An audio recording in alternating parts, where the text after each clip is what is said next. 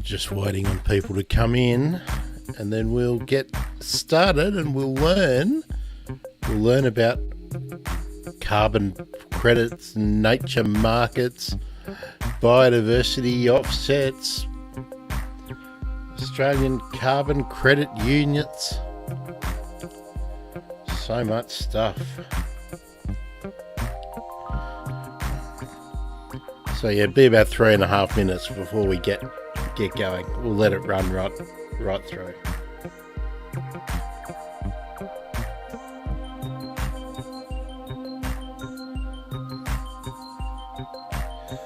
I just got my Facebook notification, so that one has just gone out. And I've had one on YouTube, so we'll just wait and wait. How are you, Naomi?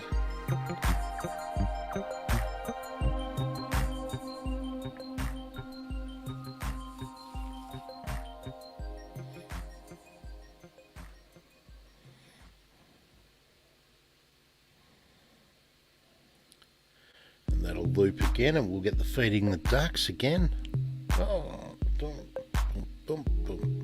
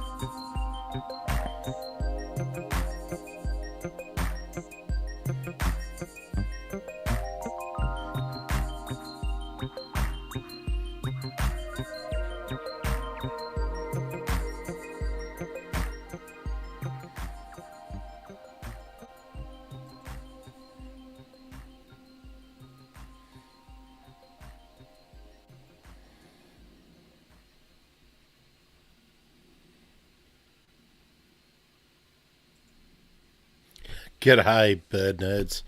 Monday again.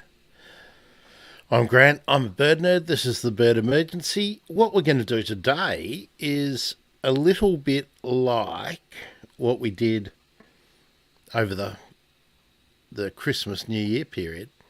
We're going to learn, and I'm going to watch something along with you, and I'll be stopping and starting and making comments.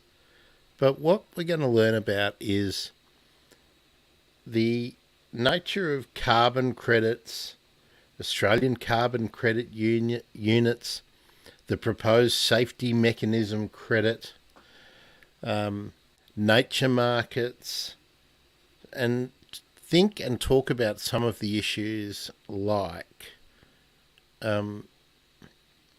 why do we save why do we even save nature? What are the ethical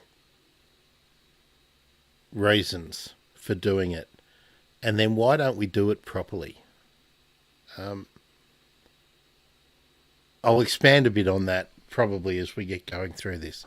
But what I want to start with is an Australia Institute webinar. I want to play it. We'll watch it together. And we've got Richard Dennis and Polly Hemmings, whose views I respect, talking about how a lot of offset schemes are set up, are designed to actually not work properly.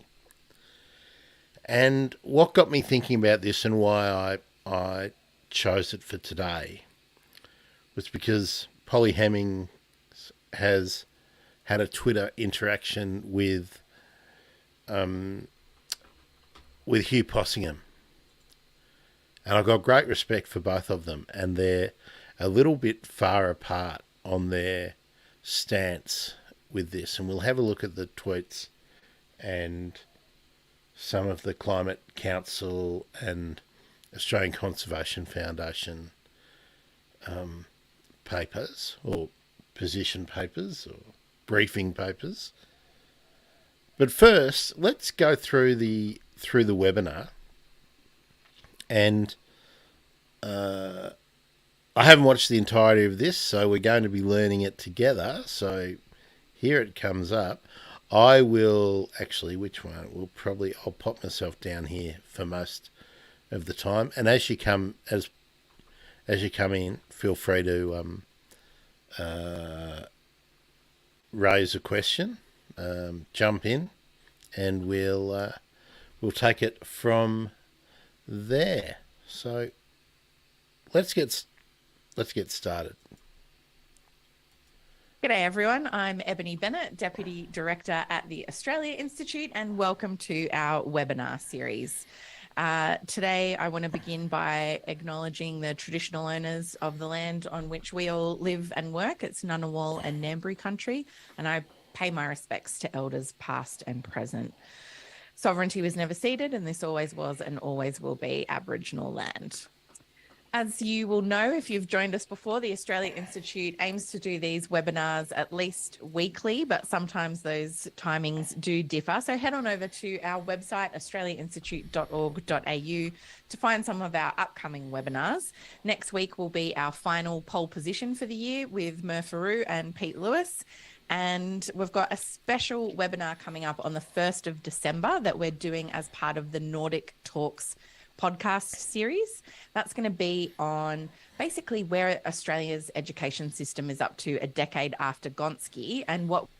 Now, I'll probably keep stopping this as we go along, but just saying hi. Any comments, any questions, you know the deal, in the comments section. And after we get through this webinar, depending on what issues come up and what people want to talk about, I'll be happy to bring you in from chat into the stream to talk about things. I'm sure things will come up here because it is a complex issue. So let's get right into it. we can learn about equity driving excellence in the Finnish school system. That'll be with Finnish education expert Pasi Solberg, as well as Corinna Haythorpe, head of the AEU. So look out for that one. And of course, the Australia Institute are interested in most public policy matters in Australia, but today we'll be hearing their view. And this is a few months old, so this came out before the latest safety mechanisms proposal from the federal government. So that's why I want to have a look at this setup about the problems with carbon markets and offsetting generally, and then we'll go in, depending on time, but I think we'll then have a look at what Polly thought about things after the release of the proposed safety mechanism, and we'll have a look at the Climate Council and Australian Conservation Foundation briefing paper as well. So let's go, and of course, do chime in whenever. That's on the 1st of December, 1:30, and you can find that on our website at australiainstitute.org.au. Just a few tips before we begin today to make sure things run smoothly.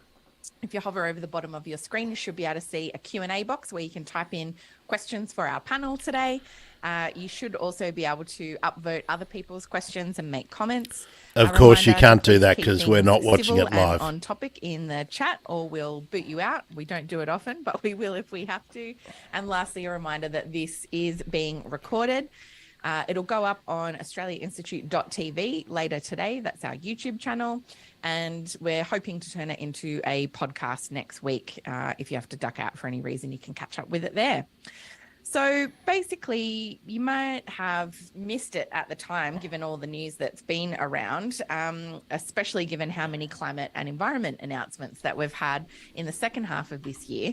But back in August at the G20 Environment Ministers meeting, that was in Bali, I believe, Environment Minister Tanya Plibersek said something that had a few of us and probably a few of you scratching your heads ever since. It wasn't long after the well overdue and devastating State of the Environment report had been released. And if you need a quick recap of that, things are bad in the environment, to put it mildly. Australia's ecosystems, that's right, yeah. Australia's ecosystems are in many respects collapsing thanks to either climate change, habitat loss, invasive species, pollution, mining, land clearing, all kinds of things.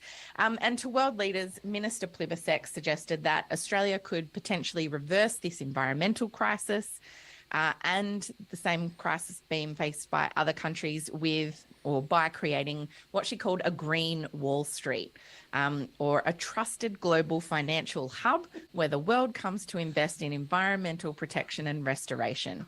Now, I'm not sure how many of you are familiar with the history of Wall Street, but this didn't exactly inspire me with confidence, nor was I really very sure what it actually meant. So I think that's a good question for us to explore today. And I'm a little bit worried about making Wall Street kind of our aim with this. But we are increasingly hearing business and government throwing around a lot of terms like nature-based solution, nature capital, green economy, to words that we already hear around climate, like climate. And all of those things, I reckon, are spelt BULLSHIT. Climate finance, net zero, carbon markets, and all those kinds of things. And if you've been following the COP27 UN climate conference last week, you probably could have played buzzword bingo with a few of those terms. So speaking of COP, it's against that backdrop of climate and biodiversity crises that we were so starkly reminded of last week that we really wanted to dive into this topic today in some more detail. What is Green Wall Street? What are environmental markets? Are they good policy when it comes to climate and biodiversity? Can we save the environment and get rich at the same time? It sounds too good to be true. Joining me to unpack it all today is Executive Director of the Australia Institute, Dr. Richard Dennis. specialist in exposing jargon and econobabble, and our senior researcher in the Climate and Energy Program, Polly Hemming. Polly has a background in government, education, and science communication, and she's really been key in driving Australia's national conversation around greenwashing and carbon markets. And Richard, I'm sure many of you are familiar with. He's a regular guest and has spent the last 20 years moving between policy focus roles in academia, federal politics, and as head of the Australia Institute. He's one of Australia's best economists, so I'm delighted to be joined by both of you today. Thank you. Before we start, I know I've kind of alluded to the State of the Environment report and things being pretty bad there, but in terms of climate, I guess, after COP, where are we at with Australia's emissions? Are they falling? No. Yeah, well, technically, if we count actual emissions, we only emitted 1.8% less than we did in 2005. So they've gone up, flatlined, gone down a wee bit, then gone up a bit more. Thanks, No, COVID. so no, No, we We're haven't. not No. decarbonising our economy. Okay, so, but Chris Bowen's been telling us that Australia is back. When it comes to climate, how accurate is that as a statement? Oh, still the world's third largest fossil fuel exporter with exciting plans to get bigger soon. Ooh, yeah. Lots of gas, lots of coal.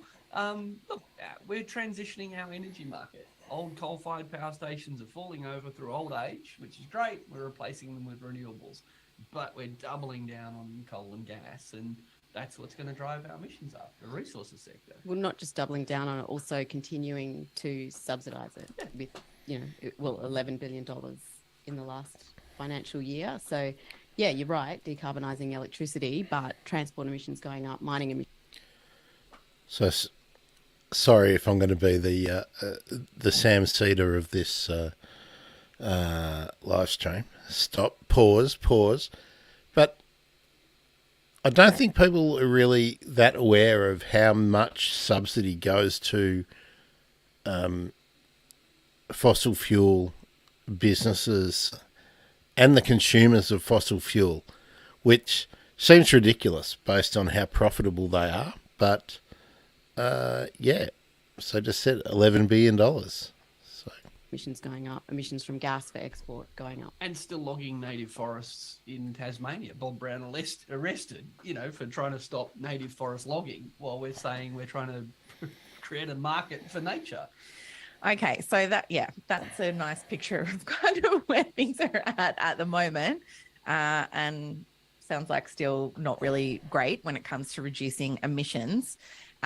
So Green Wall Street and this idea of nature-based markets and all of that, there's quite a lot of jargon in how the minister and others have been talking about this, but it feels like something that we need to keep pretty simple. I mean, Polly, what is going on here? What is Green Wall Street for a start? So, sorry, I won't start off sounding so tired. You've just, it's really good that you set the scene there. Emissions aren't going down. Land clearing is still happening rampantly. We're not decarbonising. Government is still not regulating industry adequately. We're still subsidising and approving fossil fuels. But at the same time, the Labor government was elected, and this State of the Environment report landed in its lap, and so it has to be seen to be doing something. And rather than actually regulating the industries that are doing this damage, because apparently that's not even an option, or not subsidising them, the idea is that we'll let the market take care of this. So it's not new, but Minister Plibersek said, the government can't afford to do this alone. That was how she sort of premised this whole idea of Green Wall Street. Really what it is it's about sort of shrinking democracy, taking this away sort of out of the public sphere and just letting the market take care of it, which has worked so well. In so many other areas. With other public goods. Yeah. Childcare, aged care, disability care. Yeah, Richard, I might just get you to be a bit closer to the microphone there. A couple of people are saying you're a bit quiet. But Never. Richard, this idea of nature being a market and refashioned as the idea of natural capital, the idea that nature is money, basically. How does that work? Is that going to work? No. So The end. Goodbye, everyone. There's the takeout message. This stuff's nonsense. Look, let's be clear. There's nothing to stop Woodside or Rio Tinto or BHP going and buying a whole bunch of land right now and planting a whole bunch of trees right now and protecting some nature. If they wanted to do that last year or 10 years ago or tomorrow, great. But you know what? They haven't. They never have. Wonder why. Maybe they thought their job was to maximize profits from, expanding fossil fuel production. So all this market stuff, what we're saying now is that, as Polly said, rather than the government, which can afford $250 billion worth of stage 3 tax cuts, but says it couldn't afford $1 billion or two to, protect our endangered species. Of course it could afford to if it wanted to. Rather than the government step in, regulate to stop old growth logging, stop subsidising fossil fuels, or stop land clearing in Western New South Wales, what we've done is created a market where Woodside or Santos, who could have protected nature their whole career and chose to harm it instead, where what they can now do is expand their fossil fuel production as long as someone else promises to sequester some carbon. But just stepping back a bit, like to answer that question about sort of more broadly, where is this coming from? It's sort of the idea that everything has to be couched in economic terms because governments make policy according to economics. And so if you then, this is sort of by proponents and government and a lot of NGOs and other groups have sort of bought into this idea that nature is capital, nature is money, as you said, Eb. And so we need to account for it in economic terms. And yes, that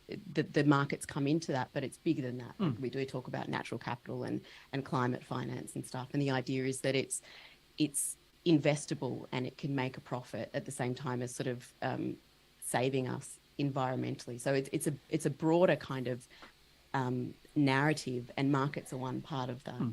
Richard, I was just going to ask you, because I know you've spoken about it or written about it in a couple of your books previously, but this idea that, economics struggles to value some things. Is nature one of those things? How hard is it to put a price on saving koalas, basically? Well, it's easy as long as you don't mind being wrong. Like, pick a number. Is a koala worth $100, $1,000, $1 million? We could pick numbers. You could, I could, the minister could. When we say let the market fix it, what we're doing is we're saying, well, let's let Santos or Woodside decide how much it's worth. But to be clear, that when we have these markets for carbon or markets for koalas or markets for nature, the driving force is not to protect the climate or to protect the koala. The driving force is I want to expand my fossil fuel production, or I want to clear some land so I can do a property development where the koalas live. So the reason that companies that never voluntarily went and spent their shareholders' money protecting nature are now saying, oh, please, let's create a market so I can protect nature, is that this whole idea of offsetting is, if I'm allowed to expand my carbon pollution, if Polly promises to sequester some pollution, well, I'll pay Polly some money to do that. But to be clear, I'm not valuing the climate, or I'm not valuing a koala. I'm valuing the profits that I get from expanding. Yeah. And so what we've really now said to the fossil fuel industry is, if you want to expand so that you can make more profit, you have to go pay someone to do some good. Now, there's lots of moral problems there. There's lots of ethical problems there. But there's a fundamental economic problem here, and that is that the cheapest solution for the fossil fuel industry is to find someone who's willing to lie or exaggerate. And I'm looking at you, Polly. Lie or exaggerate how much they're going to save. But this is not how any of it's pitched. Like, no. You've unpacked all of it. But again, starting from this premise, where's it coming from? We've actually got a slide. I know this is not usual webinar format, but I just want to demonstrate sort of how this is being pitched to the public and to investors and to environmental groups, sort of the way it's being framed. Like, no one is actually saying we're setting up this market so Woodside can keep polluting. It's framed in a much more sort of prosperous and bullshitty way. Yeah, So bullshitty way. Yeah, so we've got some of the headlines that you can see here. Nature credits could make Australia the green Wall Street for the world, Tanya Plibersek says. Blue carbon will be the next frontier of carbon crediting. Those are the headlines. So it's nature-based solutions. It's natural capital. It's green economy. It all sounds amazing. Like, it's something that I'd want to invest in, notwithstanding that I don't really know what it means, but that's partly why it works so well, because no one really does, but you don't want to admit that. So I just kind of wanted to take it really high level. This is the way it's being promoted at COP. This is the way it's being promoted by, big climate investment firms. And then, yes, of course, we hone in on what Green Wall Street actually is, and it is the biodiversity and carbon markets. Yeah, and so the next slide that we've got here is the species prospectus. I love this. About how we're going to save, I think, the mahogany.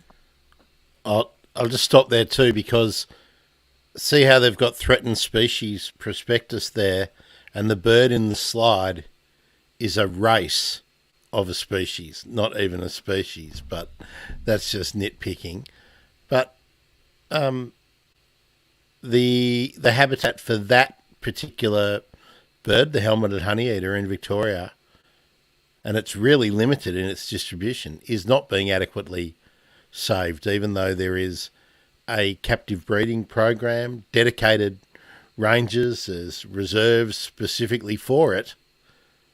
But the broader habitat is not being adequately protected. Not mahogany glider, a whole different question, but I'm sure Polly and Richard will get into it, and Ebony as well. Glider. Yeah, so I just wanted to really demonstrate that this is not new thinking. This is the idea of the environmental accounting and the green economy has been around since the 70s. We didn't call it nature-based solutions then. We called it, they called it, I'm far too young, called it ecosystem services. And actually the idea was just to demonstrate that if you did development or anything that caused damage, it would risk those ecosystem services like flood mitigation and carbon sequestration and things like that. Problem is, someone then said, whoa, if we sell these ecosystem services, then we can make a buck at the same time as saving the environment. So it's not a new conversation internationally, definitely not a new conversation in Australia, these idea of environmental markets, trading these ecosystem services or sort of privatising. We had water markets in the 80s. The carbon market has been around since 2012-13.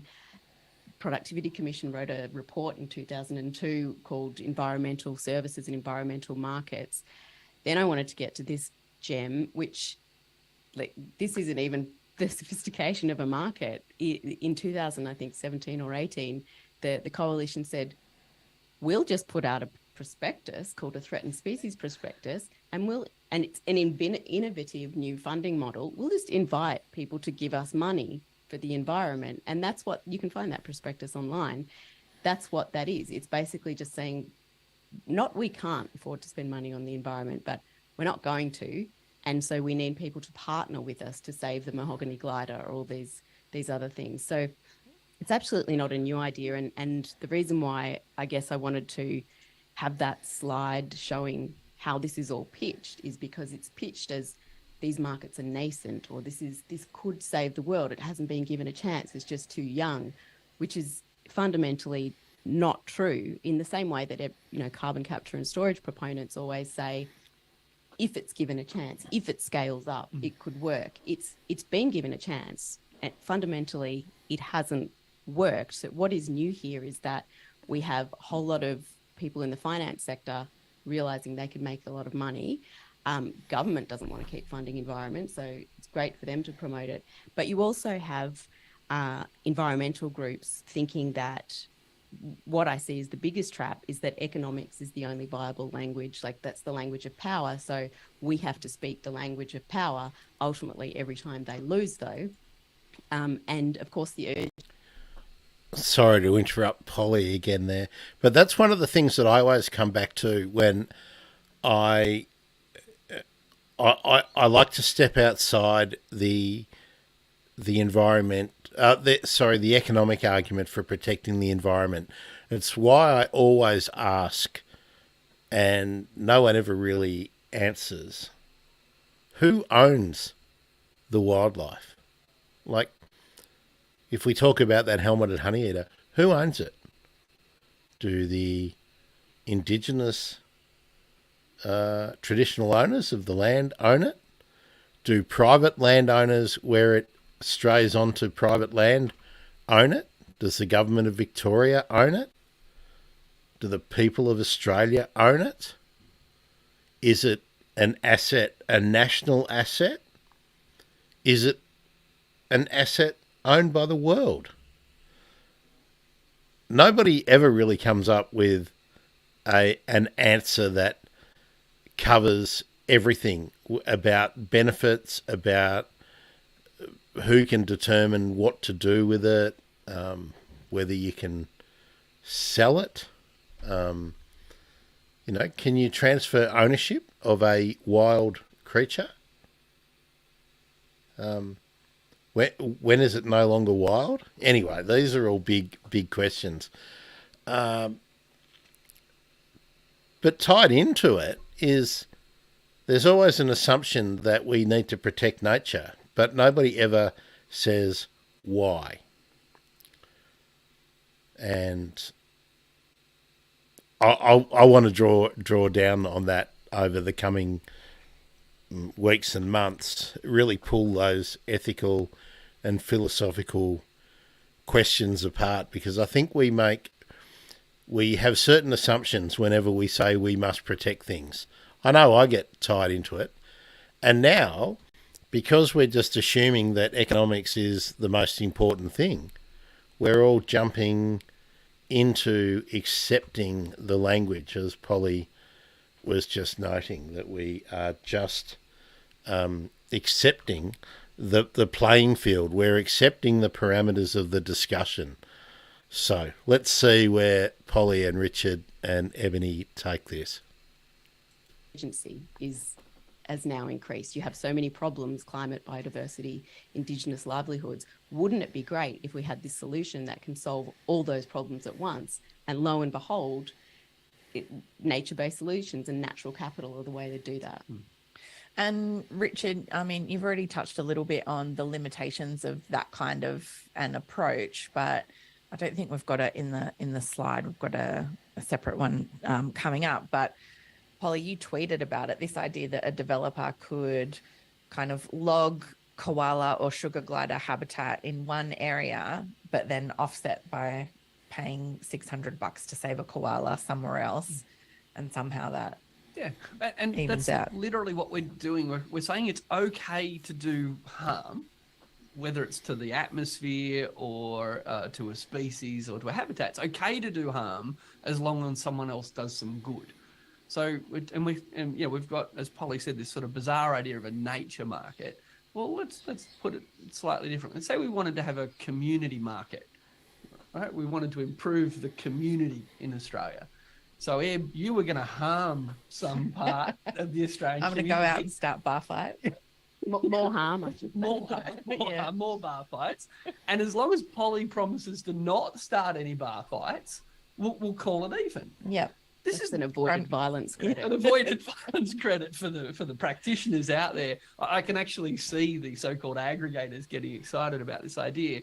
So, the sort of ethics of this are bizarre, but even clearer, the economics of this are bizarre. If we're trying to stamp out smoking across Australia, we don't say, oh, it's falling in one group, it's rising in another group, so we'll call it even. Like, if we were trying to suppress smoking across the community, we would try to suppress smoking across the community.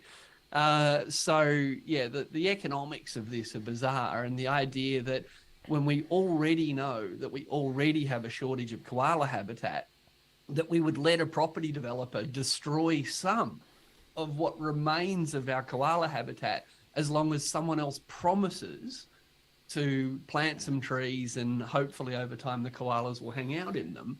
Like, all of the risk is on the koala here. Like, let's be clear that these offsets, if the promises are broken, we have no way to go back and unscramble this omelette egg. Is it worth at that point just explaining sort of what these markets I think are? so. So we're talking about that, as I said, this whole sort of framing of natural capital is broader, but within it and what is relevant to Australia are these two things called the carbon market and the biodiversity market. And the carbon market, well, they're similar things, but sort of trying to achieve different things. Like the carbon market wants to reduce emissions, and biodiversity market wants more habitat. They're funded. They're both market-based solutions. They both concern sort of free trading of a commodity between private actors rather than government. Although, to be clear, it's government that is kind of has created the whole market. This is not something that has arisen because there was a demand. The government is channeling demand by saying developers have to offset, or if you've polluted too much, you have to buy carbon credits. Excuse me, to neutralize your pollution. So. Sorry, I'm just going to interrupt there. I've got one question here in the chat about the difference between offsets and carbon credits. Yeah, can you just outline that for us, Polly? That's what I was going to get to. So in Australia, we have this carbon market. We have a scheme where the Australian government issues carbon credits to projects who have reduced or avoided emissions. So they might do that by very rarely actually planting trees, and more often than not, it's just not cutting trees down or capturing landfill gas. And you carry out these activities according to certain rules that are known as methods. And once you show the government that you've carried out this activity according to certain rules, they will give you a carbon credit. The carbon credit represents a reduction. And in Australia, what's weird is you either sell that credit back to the government, and that sort of helps us nominally meet our climate target. That's what it's meant to do. Or you sell it to a business who is continuing to pollute, but they need to cancel out their emissions. So Energy Australia emits a tonne of CO2. They purchase a carbon credit, which represents a reduction. And in theory, someone's reduced emissions over here, so it's okay for them to emit that extra tonne. So a credit just represents a reduction, in the same way a biodiversity credit represents an increase in habitat somewhere.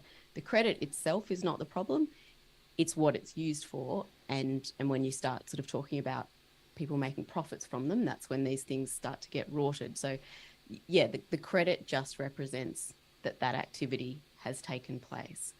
Biodiversity offsets, so we'll have this federal biodiversity market that Minister Plibersek's flagged, and that is going to be based on the Australian carbon market, which is incredibly concerning for a lot of reasons. We have state-based biodiversity offset schemes, I think in every state in Australia, and not really a market. New South Wales has these biodiversity credits, like the koala habitat credit you talked about. Otherwise, what you can do is, what a developer does is that they have a development proposal. They say, we're going to clear this much land. The government says, well, if you're clearing that much land that has this species on it, this ecosystem on it, this habitat, then you need to compensate for that in some way. You either can just pay into a fund and government will sort of work out how to compensate, or you carry out an activity yourself that compensates for it, or you buy one of these biodiversity credits. That's kind of how the two markets work. There's one fundamental difference, is that carbon is one commodity, and we have already seen widespread fraud in the carbon market. We don't even know whether most carbon credit projects actually store or avoid carbon. Yeah, we might come to that in just a second. Think about how bananas that gets. That's happened with one commodity, just carbon or carbon dioxide. Biodiversity is bazillions of things. It's a whole functioning ecosystem. The hint is in the name, Richard, as you always say. How do you make that, how do you make that one fungible trading unit? Yeah, how do you get the diversity? So everything, I agree with everything Polly just said. Here's another way of thinking about it. The credits are issued for people who've done something good or who claim to have done something good under the rules. Yeah. So let's assume all the credits are legit, which they're not, but let's assume they're all legit. Credits are fine. Yep. Credits are paying a way to incentivize landholders to, look after their land. Arguably a very complicated way Complicated to do it, way. but yes, Government could have more national parks, not complicated. Could ban old growth logging, Or not just pay complicated. farmers directly. Pay farmers some cash to do something good, not complicated. But imagine we didn't want to do anything simple. We wanted to create a way for the finance sector to profit while we're doing it. So we create all these credits as a way to incentivize people to do a good thing. So and let's just focus on carbon dioxide. And, here are some trees that grew and secured a ton of carbon. And here was a forest that was about to be chopped down that was saved, that secured a ton of carbon. That's good. I got no problem with those credits. The dangerous stuff is because we've created a credit, we'll let Polly have a debit. And that is, she'll pollute more. She'll open a new coal mine. She'll open a new gas mine, a new coal mine, and then we'll say, but we'll call it evens. So credits are fine. They're not great, yeah, but particularly because offsets. the idea is we're supposed to be Reducing all these harmful things, Exactly. reducing emissions, reducing habitat loss. Right. That is supposed to be the aim. Exactly. So it's the use of credits, and this is complicated, so I'm glad someone asked the question. It's the use of credits, which are kind of fine, maybe unnecessary, but not the problem. It's the use of credits as an offset by people who are doing harm. So if we were paying money to people to plant trees that some koalas might live in, and the koalas didn't show up, we wasted a bit of money. But if we're paying someone to plant some trees that the koalas might live in, to legitimize Polly destroying a Habitat koala, where they actually live. this is horrible. Yeah. This is unfixable. This is wrong, and it's not good for the economy. So it's the use of credits as offsets. I can't stress this enough that that's the problem. Yeah. So, Polly, just sticking with that idea for the moment, if the objective is to reduce emissions, if the objective is to reduce habitat loss, this should be a last resort. Is it a last resort, or is it the first thing that business goes to when they're about to do some harm? So this is the fundamental problem. Even our carbon offset scheme was only meant to be a very small part of our climate policy.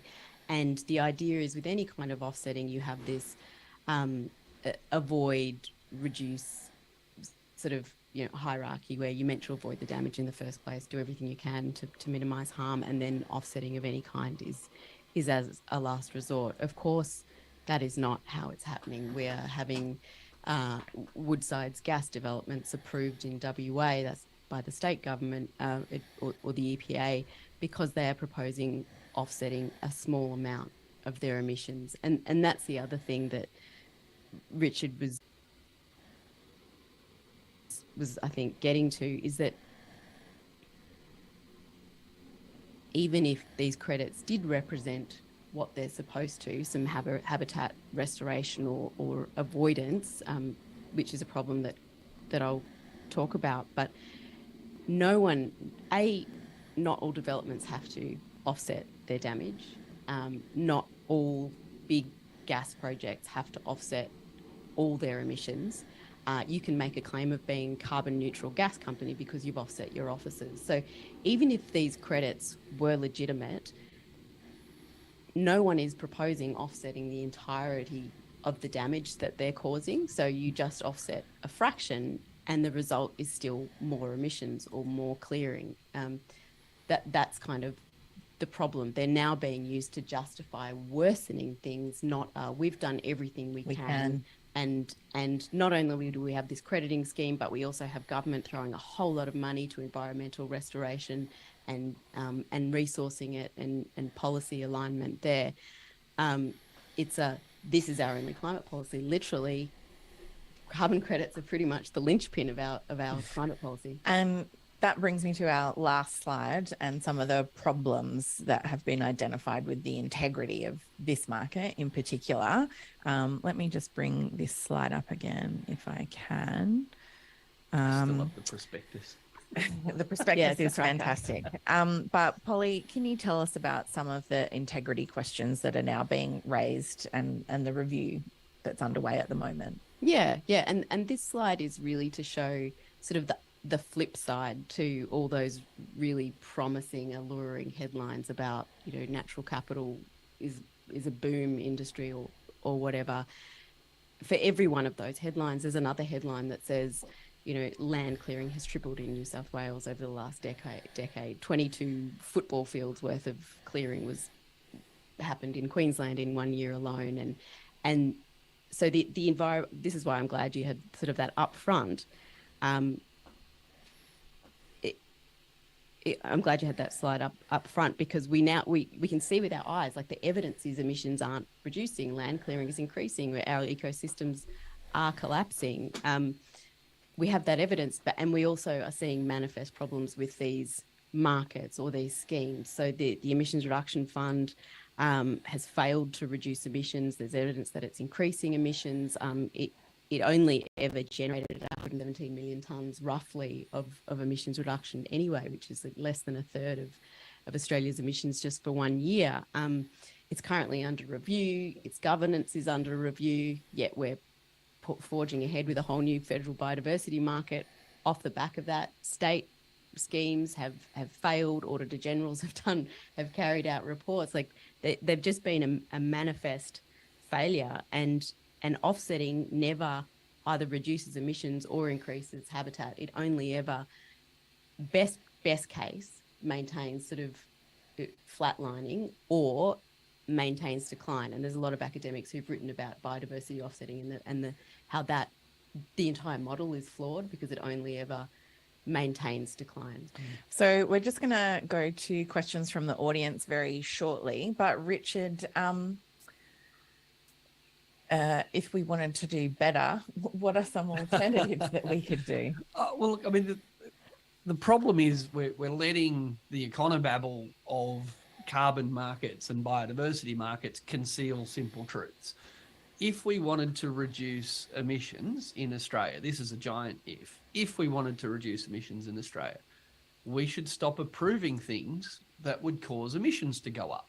This is not complicated. If you were trying to phase asbestos out in Australia, you wouldn't approve a new asbestos mine.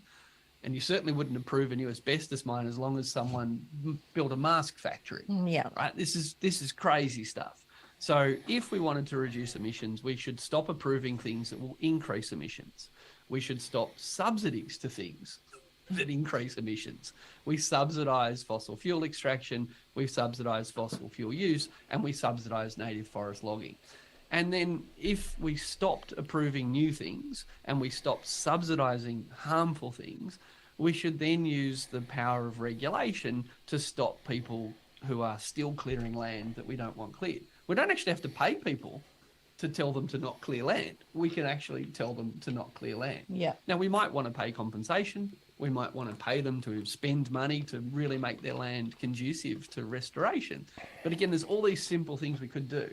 And the problem is that the Green Wall Street stuff, the Green Capital stuff, and frankly, the greenwashing by the government and increasingly parts of the climate movement that are saying, look, we can all get rich while we're tackling climate change, just don't ask any awkward questions.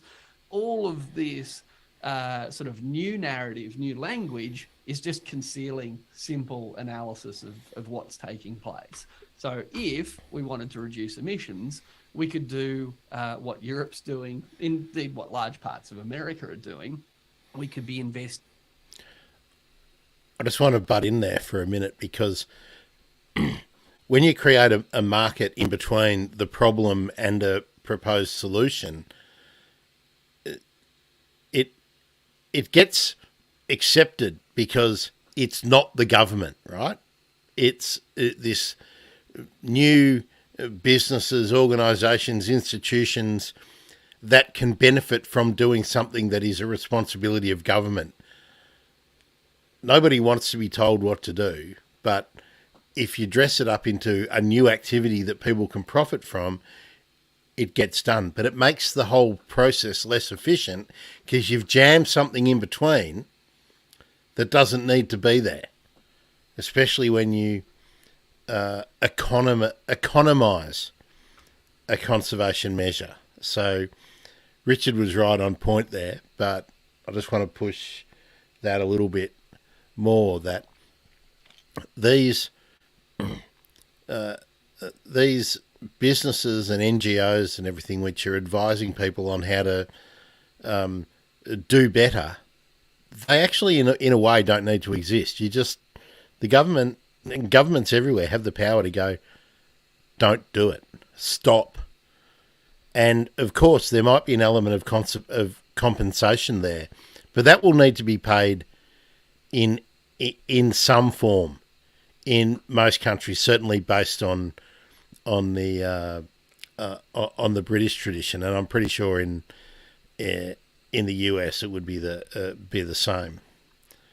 Investing far more in renewable energy. We could be investing far more in public transport. We could be investing far more in energy efficiency. Like, we know this stuff, but because everyone's now got excited about offsets and there's no pressure at the moment. Where's the campaign to increase the renewable energy target? Where's the campaign for a big increase in battery storage? Where's the campaign for a massive increase in public transport? Where's the campaign for the electrification of buses? Oh, don't worry, Richard. Green capital. The market will Carbon take market, care of that. Offset. Just to add to that, because it is important to talk about solutions. I did have a couple of things that I wanted you to answer for people, because it's a question I had for you. But this sort of solution has come about because apparently the old way of protecting the environment or reducing emissions has failed. To be clear, no one ever tried the old way. Like, even though we had the EPBC Act, or we have sort of very loose regulations, not even those were implemented. Like, we have fenced off large tracts of national park, but they haven't been subsequently resourced to protect or maintain that land. The old ways that didn't work have never actually been tried. Like, hey, Michael, you can direct come up with a incentives better and just a adequately better managing question or things comment than that, sounds mate. simple and therefore boring, but they actually work. And I do want to talk more about solutions maybe at the end after some questions. But Richard, I want you to answer this question. Like, who's buying? Who's the market for this? And everyone always argues that you need to put a price on nature. Can you explain? Because that was something that you and I talked about quite a lot. So to be clear, as I said at the outset, nothing has ever stopped Santos from buying land and looking after. Well, Michael, I'll pop this one up. What in God's name are we watching? What we are watching is a webinar from the Australia Institute, which is a public policy think tank, for want of a better term, in Australia here. And they're discussing the problems with trying to turn nature into some form of market using credits and offsetting systems to stop the extinction crisis and the carbon problem that the world is facing. So we are hearing some people talk about why most of these strategies, these mechanisms, are bullshit. And after this webinar finishes, we'll go through some of the more recent things that have come to light in Australia, and we'll watch a bit more. Well, guess what, Richard? That's pretty good. You don't have to stay, so you can go and watch someone playing Roblox if you want. They just haven't, for some reason. They've put all of their... Chose not to. They put their money into making enormous profits from gas instead. Now, there are wonderful organisations in Australia that have been buying land and restoring it and protecting it for years. And you know what? Again, Woodside and Santos weren't giving them hundreds of millions of bucks saying, keep up the great work, love what you're doing there. So we've always known how to pay people to look after nature, and well-meaning people, myself included at times, have donated to exactly these sorts of land. Ryan. Hello, Ryan. Welcome. What we're watching is a webinar featuring Polly Hemmings, who is the woman you can see on your right, Richard Dennis in the middle. Now, Richard is a public policy expert here in Australia. Polly is the environment and biodiversity and climate expert from the Australia Institute. And on the left is the host of this webinar, Emily Bennett, who also works at the Australia Institute. What I'm showing it for is there was a bit of a Barney, not too bad, but a bit of a Barney on Twitter in the last few days between Polly, who is a climate change expert, acknowledged expert in this space in Australia, and a previous guest on my show, Professor Hugh Possingham, who is one of the most revered is probably the wrong word, but well-regarded bird watchers, ornithologists, and maths professor. He's a maths professor. Michael, Michael, if you're an expert on something, perhaps the show's about conservation and birds. If you want to be a guest, just show me how you can contribute. So yeah, anyway, Hugh and Polly got into a bit of a spat because on Twitter, and I'm going to go over that after we watch this. Just because they have a different approach about how the extinction crisis, biodiversity crisis around the world, but Australia particularly, can be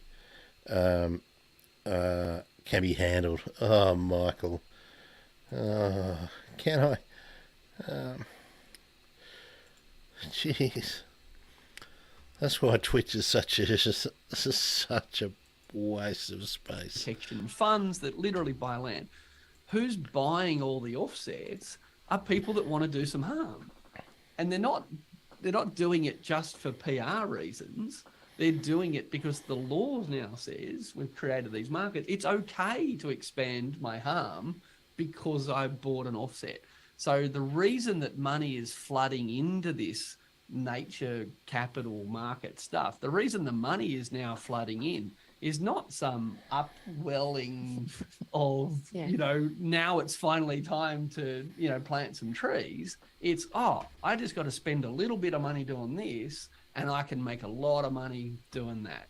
So the economics of this make perfect sense for the polluters, but for people, including people that are profiting from selling these credits, to pretend that all of the money flooding in is from people that want to transition away from fossil fuels. I can't stress this enough.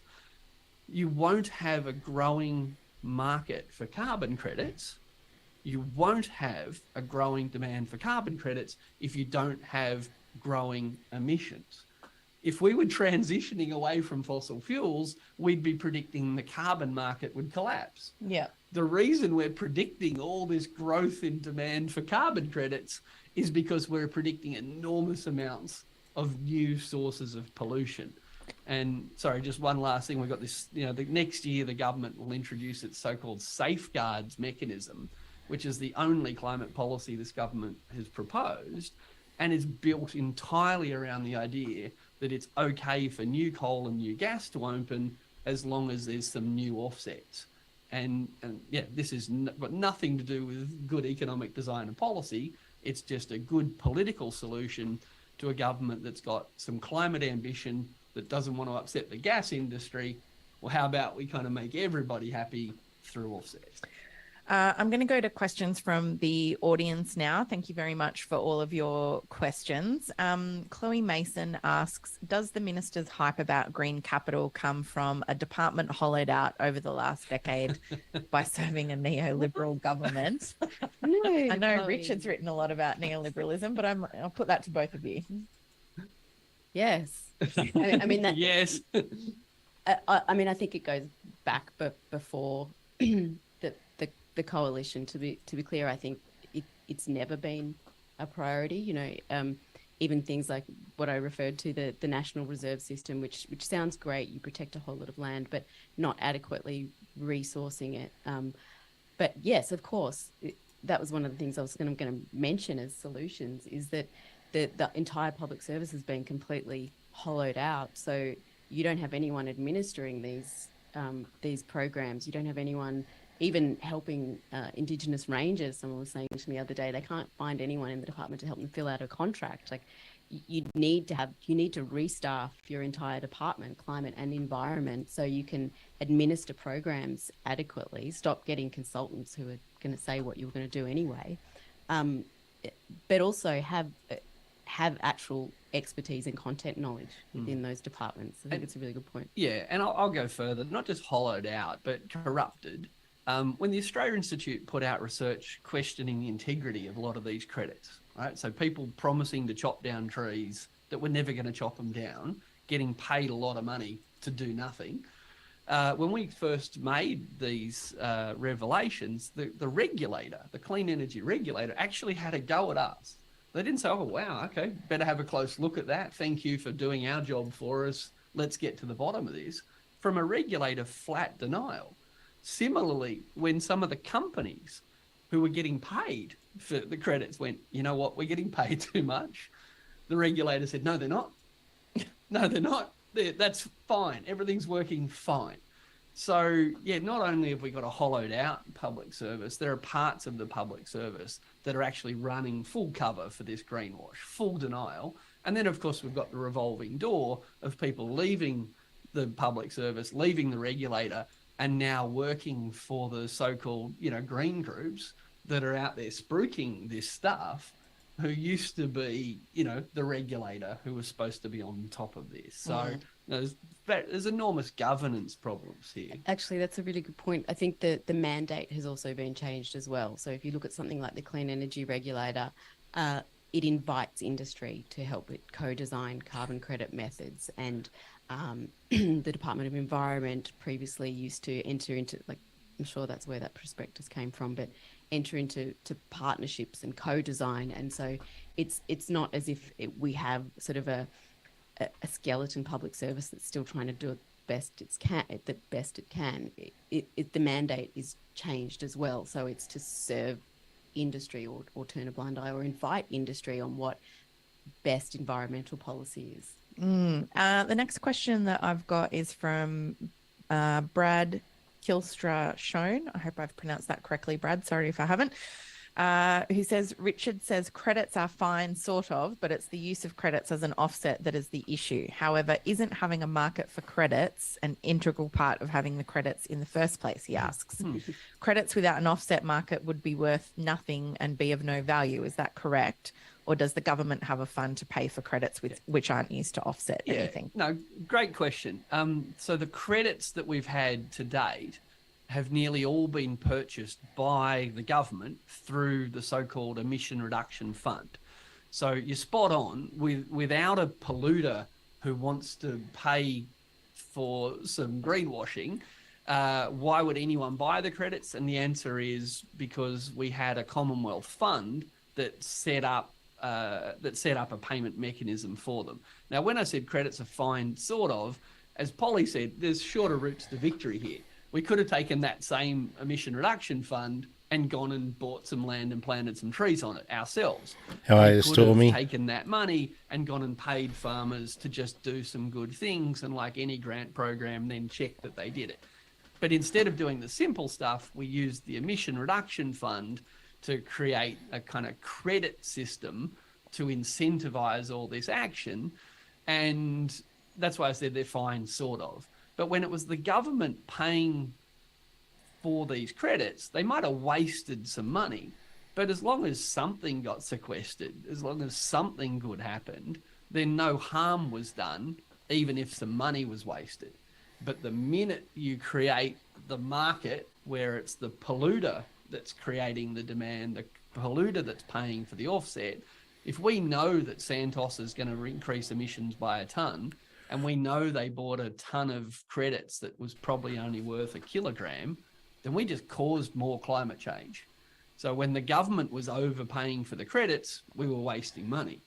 But when Santos and Woodside are paying for dodgy credits, we're causing climate change. The other, that's excellent. That's such a good question. That's kind of nailed at this whole webinar. I wish we'd started with that. Yeah, bring him on. Yeah. When you can make a profit from something, that's when things get rorted. So the whole premise, I'll keep it quick, of the emissions reduction fund where the government was buying these credits was that they were buying them on lowest cost abatement. So you had to try and sell your credits as cheaply as possible to the government. Now, it's really, to run a good carbon credit project or run a good biodiversity project, there's high transaction costs. But if someone's saying to you, I'm not going to pay you that much, to keep your profit margins high, you're going to cut as many corners as you can and do things as cheaply as possible, so it's still worth your while financially in even generating those credits. So this is why sort of direct incentives would be much more efficient, because you remove the temptation for rorting, which is the rule, not the exception, isn't it? When you have these sort of markets with no competition at all. And then, of course, you had people sweeping in, these carbon aggregators, saying to landholders, we'll help set up your projects if we can take a cut of your credits and some of the money that you get when you sell them. And so the entire existence of the fund was instantly, it's amazing they didn't see it beforehand, possibly they did, is that it was just rife for rorting and lack of outcomes. Yeah, let me give you an example. Like I say, I want to plant some actual trees and water some actual trees and sequester some actual carbon in my trees, and Polly just wants to rely on some accounting tricks and some dodgy use of satellite imagery to prove that she saved a ton. We're both bidding in the same market. She's always going to win. So the problem with going down the credit approach is that you actually create an incentive to do the rorting, because the rorters will win at the auction every time. Yeah. And again, you've got a regulator sitting there saying, everything's fine. Well, the polluters just want the cheapest credits they can get, and the emission reduction fund just wanted the cheapest credits they can get. So the lower the integrity, the cheaper they are. Yeah. The next question that I've got, Polly, I think might go to you, and it's about Shell advertising a CO2 neutral petrol. I believe we've spoken about this recently. Your mum said this question, didn't she? Carbon neutral petrol, claiming carbon credits, meaning CO2 compensation, and there's other elements there that's getting a bit technical for me. But in Germany and France, governments have laws requiring company evidence to state how emissions are being actually reduced before being offset. And Chris says the ACCC advocates and their Teal MP are advocating for similar here. Where are we at in Australia in terms of claims like that? Well, Shell and others should just come to Australia, because if you make a claim of a carbon neutral petrol, the government will literally certify it and say that you're a progressive climate leader. The ACCC has said that it is cracking down on greenwash. And so just to step back, we have talked about this. Ampol makes a claim that it has a carbon neutral petrol, and it is certified by the Australian government. Nominally, it has to say how it's reducing emissions, or sort of put something on this government scheme's website showing how it's reducing emissions and taking climate action, and then showing the offsets that it's bought. The ACCC has simultaneously said that it's cracking down on greenwash. I think Ad Standards, which is self-regulated in Australia, have also said they're sort of going to be reviewing their standards. But someone made a complaint about Ampol's carbon neutral petrol to Ad Standards, and Ad Standards said there was no problem. And that is in part because it was certified by the Australian government, which kind of leads me to ask the question, and I've written about this, and if you do a quick search for Ampol carbon neutral petrol, you might find it. But if the ACCC is, as an arm of government, and ASIC and APRA, other regulators, saying they're cracking down on greenwash, they're one arm of government. Are they actually going to be able to adequately give advice or prosecute greenwashing if it's the government itself that's approving the projects and approving the climate claims? So I don't know. Like, to be fair, ACCC is in the middle of its internet sweeps and this sort of reform. I don't know where they'll come out at the end, but to me, it just seems really hard to see how there will be genuine appetite to go against. Like, how is the government going to go against itself when it's tackling greenwashing? And Polly's previously called this state-sanctioned greenwash, which I think is a really important concept. And to be clear, while ad standards in Australia gave that ad a tick of approval, in the Netherlands, an almost identical ad had to be withdrawn. So apparently climate science is different in Australia or Northern Europe. Either the climate science is different or our regulatory standards are. And I think it's obvious it's the latter. I've got a question here from someone who's talking about a really specific development at Toondah Harbour in Moreton Bay in southeast Queensland, near internationally Ramsar listed wetlands. You remember this one, Stormy? So again, this is probably when I was pushing it at the time. So let's see what they think about that and the mangroves, etc. For a building of 3,600 units, and the corporation has said that they're going to offset the mudflats by building rock walls where birds can roost, bearing in mind that the mudflats Walker will concrete over are where the birds forage for foods. And they're going to bury 29 hectares of feeding habitat and a bunch of other things. The question is, what additional information can community groups or communities who are kind of trying to fight against this habitat destruction, what can they bring to the table in submissions against these types of developments? It's an excellent question. I would just be looking for as many case studies as possible and there will be abundant, sadly, where developments have been allowed to go ahead and on the basis that they offset, and then there has been some perverse outcome. I don't know if that's an adequate response. It's a really good question about what you can actually do on the ground, which you do. Oh, yeah, look, I don't know about the specifics, but it raises all of the problems that Polly was alluding to before about specifically in the biodiversity market space. You want diversity. There's a hint in the name. We're trying to get diversity. So let's go up a level. Like, imagine you were going to close down a school in a particular community, but you were going to open another school nearby. There was some planning reason you had to move the school. You can imagine that some people would prefer the old school, stay where it is, and you can imagine that some people will be happy with the new school. There's no right answer there, but there's disruption simply closing a school here and opening one here. But at least you kind of know at the end the amount of schoolness is going to be similar.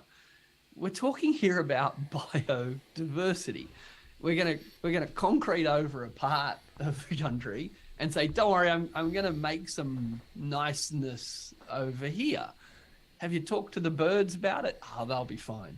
You know, what about all the subsoil species that the birds feed on? Yeah, should be right. You know, what about as climate changes? Will the newly evolving bit of niceness that hasn't grown yet, are you sure it will grow in the way?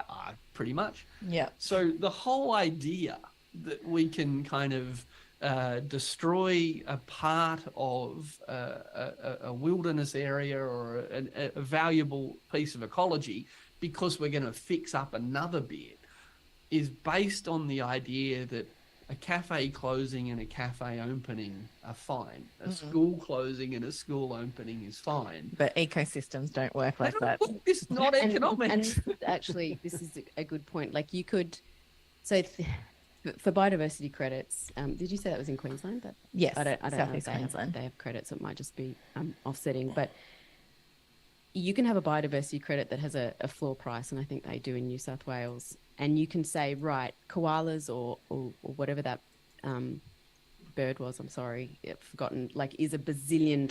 So developer, if you want to develop, then you have to pay $1 bazillion for this bird or koala credit. By putting a price on anything, you are saying we are, at some point, if someone has enough money, we are willing for that species to go extinct. Someone can buy it. So, which is completely flawed. Like, you can say koalas are gajillion dollars. At some point, you might get some. Elon Musk might enter. Yeah, that's what I was going to say, and I was going to preface it with an adjective. You might get an individual like saying, "I've got a gajillion dollars, and I'm going to buy all the koala credit. Like, I'm going to, whatever." it could happen. You could get a maniac who does that. Hey, Stormy, that depends on how we generate the electricity, though, right? I mean, the solution is in less harm to begin with, isn't it? Or stopping the harm that we do, that we're currently doing, and then reducing it as best we can. But yeah, let's have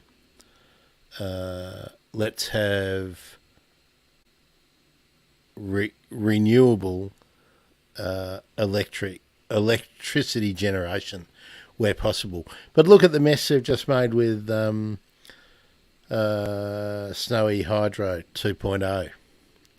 You know, because they didn't do the geology reports, because they rushed it, because it was an election bubble, thought bubble. This is where you naturally need regulation. So I know this doesn't help this in this instance, but the fact that something has a price on it means it can be bought. And there's some things that you need to be aware of if you're putting a price on them. It reminds me, it's not the same thing because it's not habitat destruction, but just speaking of ecosystems, when I worked in the Senate for a little while, I remember one time Parliament House decided to poison all the bogong moths because they used to really flock to Parliament House in summer. So they poisoned all the bogong moths that were annoying people, but then all the birds started dying because, of course, all the birds ate all the bogong moths. I love things like it. It was hideous, but it's just like, it's the kind of blinkered thinking it is, that though. I guess you don't that know. you So get. That question said that it's protecting the roosting area, but paving over the mudflats where they forage. Where they this eat. is all intrinsically interconnected. And again, biodiversity market, we want diversity, and to put a value on each particular bit of it misses the point. The next question is from Ian Kruger, who says, with carbon credits as bad as they are, what happens when this area of trees is burned down in a bushfire? We have the original offset carbon plus the released sequestered carbon. Is that a thing that happens? Of course it happens. Yes, it is. And it's broader than carbon credits. So for our Australian government, while we've said emissions have only dropped by 1.8% since in the last year, since 2005, the Australian government will tell you actually they've dropped about 20%. And that's because we have increased, because of rain, rain increased forest cover. And so our emissions accounts look a lot better than they actually are. And the reason why I bring that up is because what happens when we have catastrophic bushfires and flooding that knocks all those trees down in Australia? What do our emissions accounts look like there? In the case of carbon credits, theoretically, if you have a carbon project that has planted trees or preserved trees and then it burns down, you are liable. So you have to pay the money back or you're somehow liable. But it's an excellent question because Ampol or Origin or whoever, Energy Australia, has still emitted that ton. You can't then say to Energy Australia, can you please pay that back? And it doesn't have to be fire. Excuse me. Research by independent academics and the Australia Institute has shown that, a good 2/3 of carbon credits in Australia don't represent real reductions, but they haven't just been bought by government. They've been bought by gas and coal and companies and retailers to justify emitting CO2 into the atmosphere. If they're not real, and Ampol and Origin Energy are among those, if they're not real, if this review confirms that they're not real, it's too late. The damage has already been done. It's already got extra. It's already up there. Yeah. So to be clear, even if someone repaid the money because there was bushfire, even if the rules were enforced and there's no evidence that they are, paying back some money doesn't help. Yeah. Like, we're not actually trying to balance the budget here. We're trying to actually tackle climate change. So when it rains and trees grow, we're like, hooray, we're tackling climate change. And when there's an enormous bushfire, it's like, don't count that. We don't actually. Act of God, nature. I'll just butt in there again for a minute because in the financial review, May 2022, Woodside, with their 6.5 billion profit have already bought enough carbon credits under this scheme to continue doing what they do up until 2030. So Woodside are not reducing one bit of harm. And they've already bought the credits, so we're not actually going to get any benefit going forward from those credits they've already bought, because if the scheme is real, that work will have already been done. It just shows how faulty the logic is. Don't worry so much about that. This is why we actually have to decarbonize the economy. And I guess I should have made this point sooner. I think if you wanted to summarize my concerns overall with this, the more effort and time we spend talking about offsets, the less we're decarbonizing the economy. Right? What we actually need real to do, terms. Yeah, what we actually need to do is burn less fossil fuels. This is not complicated. We've been telling ourselves this for 30 years. And now, when we're kind of getting close to sort of all the deadlines, everyone's like, let me just shift the conversation away from why we need to burn less coal, why we need to burn less gas, why we need to burn less oil. No, it's okay. So every $1 million we spend buying an offset is $1 million we didn't spend installing a solar panel. And until we kind of, again, we've got to strip away all the econobabble. We're now spending a fortune covering up our greenhouse gas emissions when we're supposed to be spending a fortune actually decarbonising our economy. And just to be clear, that doesn't mean we don't protect those trees. It doesn't mean we don't grow new trees. It doesn't mean we don't restore ecosystems. Absolutely, that should be happening. If the private sector is willing to pay for it with no return, which is highly unlikely, then that is very welcome too. Like it has to be done in conjunction with Got to do both. Fossil fuels. Yeah. I'm afraid that's all we've got time for. Thank you so much. We had about north of 550 people on the line with us today. Thank you so much for your interest. I'm sure this won't be the last time we touch on this topic. There's a review underway into the integrity of our offsets or carbon credits. Now I'm confusing myself about what it's into. But anyway, there's a review underway. There's a bunch of other work coming down the pipeline, and this isn't an issue that's going to be resolved anytime soon. We had a couple of questions about fossil fuel subsidies and other things. The Australia Institute obviously does a lot of work around the scale of fossil fuel subsidies. All right, we're done with that. What did you reckon, Stormy? Did you learn anything from that? I know it was a long kind of presentation to go through, but I thought it was a good place to start a discussion before the review had been done. Now, what I want to do now, if you are up for it, we'll just pop that up. Yeah, well, that's it. Now, the Australia Institute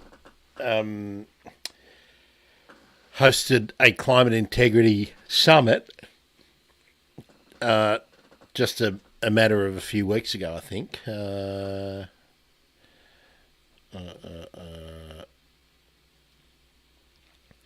Not sure exactly which day. Yeah,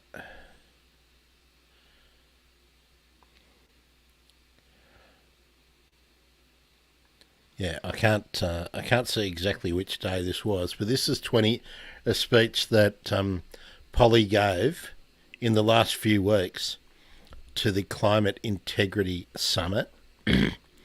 And I want to go through this, and then we'll excuse me. And then we'll go have a look at the ACF and the Climate Council's briefing paper, and that could be good. Now, this is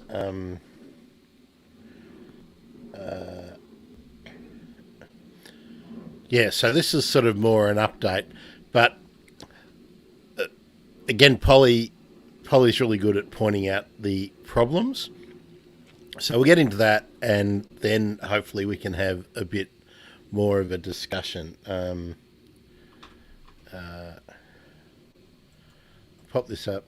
So, Stormy, would you like me to do more of the Australia Institute videos on the stream when I can? I mean, Polly has said to me that she'd be into coming on the show, so I'm hoping that we can have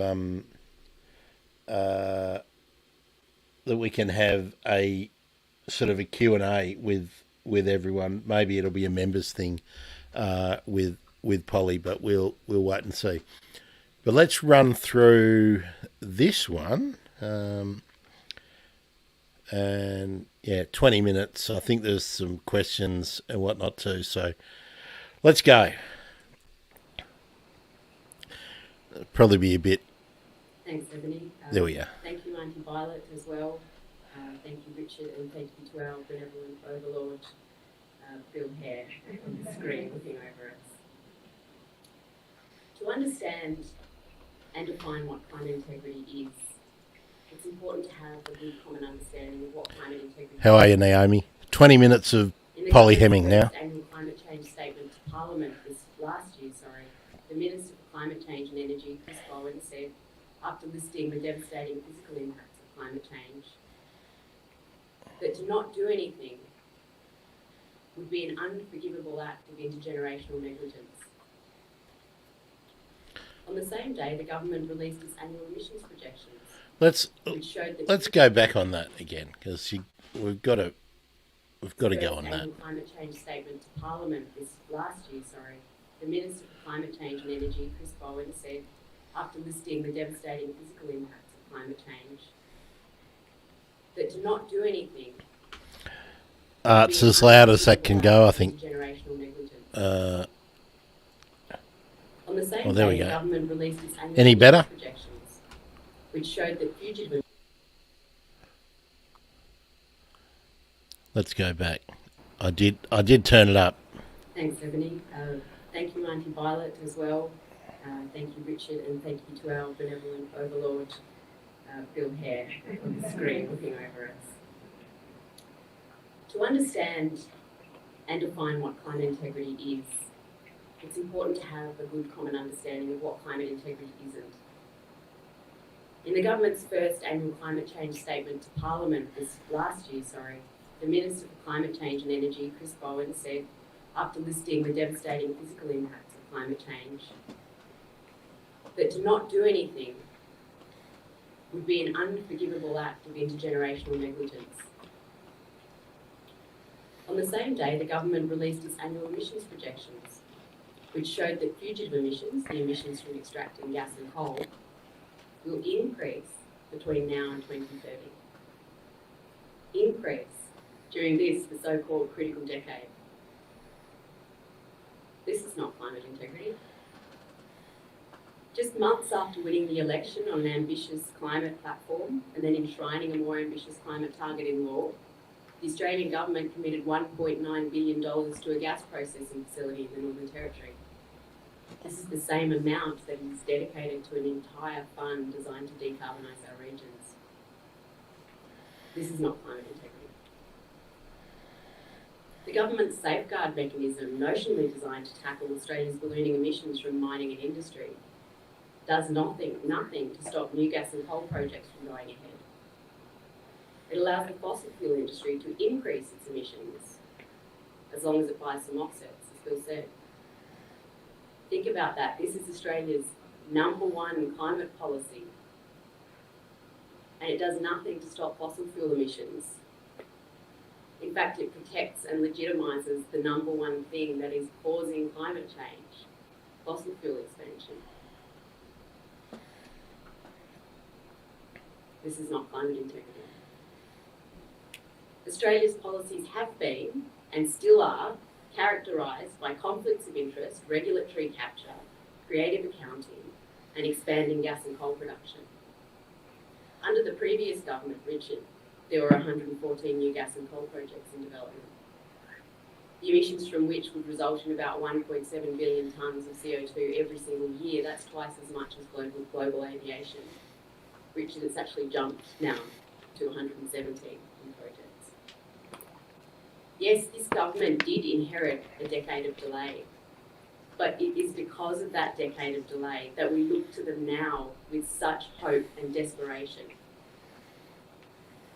Yet at a time when we can, and we should be doing everything, I'll say should, Richard, literally everything in our power to cut our emissions and use our wealth and creativity to help our neighbours, the Australian government actually isn't providing regulation or incentives that will result in absolute emissions reductions that the science says we so desperately need. It appears to be greenwashing its ambitious climate rhetoric by supplying millions and millions and millions of carbon offsets that fossil fuel companies can use to say that they're net zero. As Bill said, relying on offsets from the land sector instead of actually decarbonising our economy is a problem in and of itself. But it's made even worse by the fact that most of these offsets are junk. The government knows this, which is why it commissioned a review of Australia's carbon credits, a rushed review, more of a box-ticking exercise than anything else. The review panel ignored advice from industry itself saying that it was getting too many carbon credits. It did not examine a single piece of satellite data, satellite imagery or project data before it came to the conclusion that there were no problems with Australia's carbon offsets. In the meantime, Minister Bowen himself was encouraging participation in the carbon market. And the government, while the review was taking place, was drafting legislation that explicitly assumed that the review would give Australia's carbon offsets the all clear. Australia is on the precipice of something that could be magnificent. Bill's right, there is cause for optimism. We finally have the opportunity to change the course of the last 10 years. We do have a new climate target enshrined in law. We do have new funds and programs that could be used for public investment or to drive private investment in genuine decarbonisation across our economy. The community appetite, of course, for action is greater than ever before. In his address to Parliament, Minister Bowen said on behalf of the government,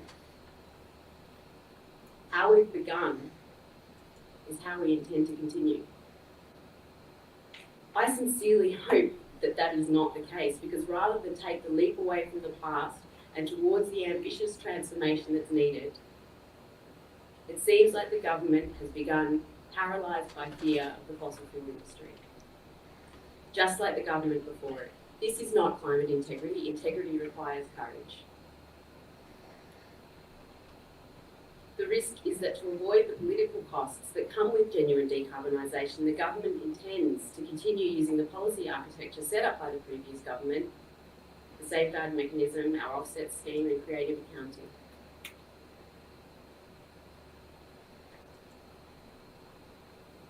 I agree with Minister Bowen. Unless something changes dramatically, this is an unforgivable act of intergenerational negligence. Closer to home, it's also a betrayal of the people who voted for climate action in 2022. Climate integrity is the antidote to Australia's state-sponsored greenwash. Climate integrity is not confined to government, although that's where it starts. Climate integrity is the lens through which we must view climate claims, whether they're made by government or industry. Currently, in the absence of regulation, clear reporting frameworks and adequate consumer laws, the onus has been placed on us as citizens, consumers, voters, journalists, academics, to spot the greenwashing by business and government. Australia's biggest polluters have net zero targets, while telling their shareholders that fossil fuel production is increasing. We've been given the exhausting an impossible task of deciphering whether claims made by industry, banks and governments are actually consistent with their actions. This shift in responsibility is no accident, it's a strategy. In Australia and elsewhere, greenwashing serves the interests of both the private sector and government. Big emitters make net zero pledges to prolong the viability of their existing business models. Similarly, when impossible claims like being a net zero gas company or selling carbon neutral petrol are made, the government sees an opportunity to delay a conversation about phasing out internal combustion engines or stopping fossil fuel exports. And these are real examples. The Australian government has its own carbon neutral certification scheme, Climate Active, that endorses and celebrates these claims. Fossil fuel companies and retailers, AGL, Energy Australia, Ampol, Origin Energy and Telstra, which is now an energy retailer, are all celebrated as carbon neutral and literally described as progressive climate leaders. This is not climate integrity. Polling by the Australia Institute shows that the overwhelming majority of us have heard the term carbon neutral, but just 30% actually know what it means, or say they actually know what it means. Over 30% of Australians, according to our polling, say that coal-fired electricity that has been offset has the same climate impact as 100% renewable energy. And that there would be less need for electric vehicles if all petrol was certified carbon neutral. These figures show that it is unreasonable to expect consumers and voters to know whether a carbon neutral claim is legitimate. It's also impossible for businesses acting in good faith to know whether they're actually doing the right thing. It should not be up to any of us to put out the constant spot fires of greenwash. Climate integrity puts the onus back on government and industry to prove that their climate claims are legitimate.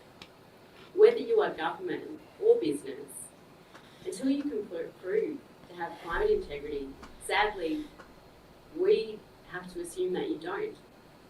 There have been too many fraudulent claims for us to be able to trust what we're told. Principles of climate integrity are simple. There's no hierarchy to these principles, but the one I'll start with is simplicity itself. My son's 6 years old. He knows that the two fundamental things that need to happen to address climate change are to stop burning fossil fuels and to stop breaking habitat, which I interpret as stop land clearing. My kids are interested in climate change, but I don't evangelise at them. They inherently know that to credibly address climate change, these things need to happen first and foremost because it is obvious. If I ask my son how to save trees, his response would not be, "Mum, what about creating a complex market-based mechanism based on a dubious and unprovable counterfactual?" His response would be, "Mum, if you want to save trees, don't let people cut down trees." In Australia, we've been led to believe that climate policy must be complex. In fact, there's evidence that the human brain is geared for complexity bias. We actively prefer complicated solutions and explanations over simple ones, whether we understand them or not. In Australia, so much is hidden in complexity. A key feature of the government's safeguard mechanism is that it is incredibly technocratic and complicated. We assume that if we don't understand it, then it must be important.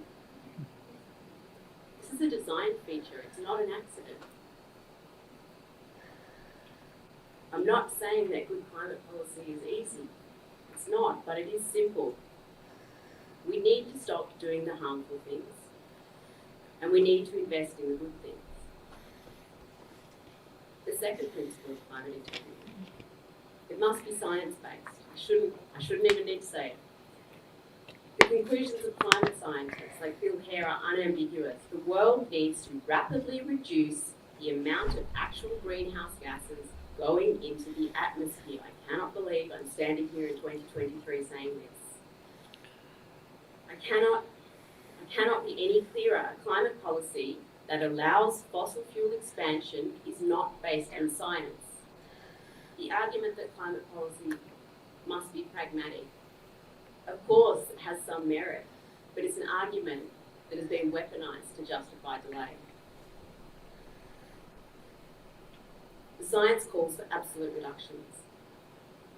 It does not call for creative baselines, for a reduction in emissions intensity per tonne of coal produced, of taking some reductions from a column in a spreadsheet and using them to offset the increases in another.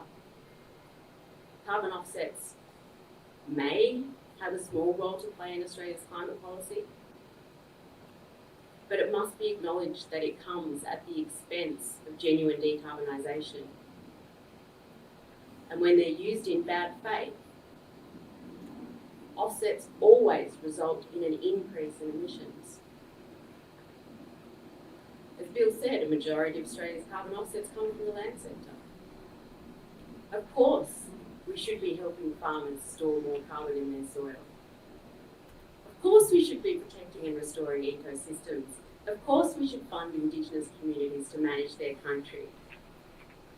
But the idea that the cost is that we infinitely store geological carbon in trees and soil, it's not just unscientific, it is nonsense.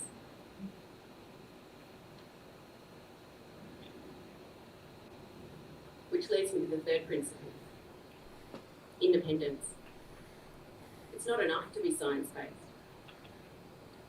The science must be independent and used with integrity. Climate policy in Australia has been subverted, so industry sets the climate standards it wants from government, not the other way around. Science is manipulated and distorted by industry interests and then regurgitated on the websites of government agencies. This is evident in the activities of the Australian government's clean energy regulator, the nominally independent agency developing and overseeing Australia's carbon offsets. It also happens to be a paying member of Australia's carbon offset industry lobby group. The CER consults with the fossil fuel industry and major carbon developers when developing scientific methods that generate carbon offsets. Though these lines are blurred as well, as Australia's largest carbon offset developers and aggregators all now have links to the fossil fuel and resources sector. The Clean Energy Regulator has also been shown to try and influence and suppress, showing the manifest flaws in Australia's carbon offset scheme. None of this fits the legal definition of corruption, but the processes have been corrupted. Australia's carbon offset scheme is not underpinned by independent science. Of course, if we were allowed to see the data for ourselves, we could see whether our policies truly were based in science or not, and whether that science had been used with integrity. Which brings me to the next principle of climate integrity, transparency. Government and industry have refused to release the data that would show unequivocally what is happening on every one of Australia's carbon offset projects. The government doesn't even release national satellite data of Australia's deforestation. Claims of commercial incompetence and cabinet incompetence are the government's defence against independent scrutiny. At an industry level, currently there is no... So just the fact that the government isn't transparent with the data tells you that the system is bullshit. Or, I can take it back a step, is very, very, very likely to give you bullshit outcomes, just simply because they don't allow it to be tested by anybody that is not already within the club, within the game. Overarching government framework that requires the industry to disclose its greenhouse gas emissions comprehensively and transparency, which allows the authors of corporate sustainability reports to cherry pick the data they reveal, again putting the onus on us to decipher it. There is a direct relationship between transparency and corruption. The Robodebt inquiry has made it clear that public servants routinely conceal critical information, as does industry. A whistleblower last year revealed that the coal industry has been making fraudulent claims about coal quality for years. Climate integrity is having nothing to hide at any level. Of course, it's reasonable to expect that industry will always game the system. This isn't a criticism, it's the nature of the beast according to economic theory. Milton Friedman, the free market advocate, said it best: the social responsibility of business is to increase its profits. This means that even those companies acting in good faith are likely to only do the bare minimum required of them. For this reason, the next principle is that climate integrity, climate policy must be driven by government. Nicholas Stern told us, climate change is the biggest case of market failure in history. Markets cannot solve market failure. It is the role of government to set boundaries and provide incentives, and it is the role of the private sector to respond. Ultimately, it is the ambition of government that will determine the ambition of industry, which leads me to the sixth and final principle of climate integrity. Climate policy must be conservative. If we're to tackle climate change, we need to be honest with ourselves and with each other about the size of the task, but also our willingness to act on it. The climate claims of government and industry are overinflated at best and manifestly false at worst. Woodside says our natural gas can help reduce global emissions. Telstra says it's passionate about tackling climate change now and in the future. Minister Bowen has said our government has hit the ground running with a strong agenda of climate action. But Australia's fossil fuel emissions are still rising, and there are 117 new gas and coal projects in the pipeline.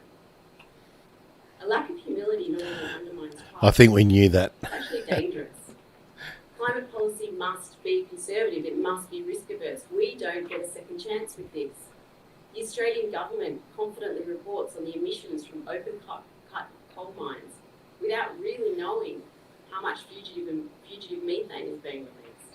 It boasts that Australia has so many trees that we can comfortably keep emitting in other sectors of the economy. Every tonne of greenhouse gas counts. All it will take is another black summer or the realisation that someone has got an equation wrong for our emissions accounts to look vastly different. Philosophically, when we think of integrity, we think of it as having honour or moral purpose.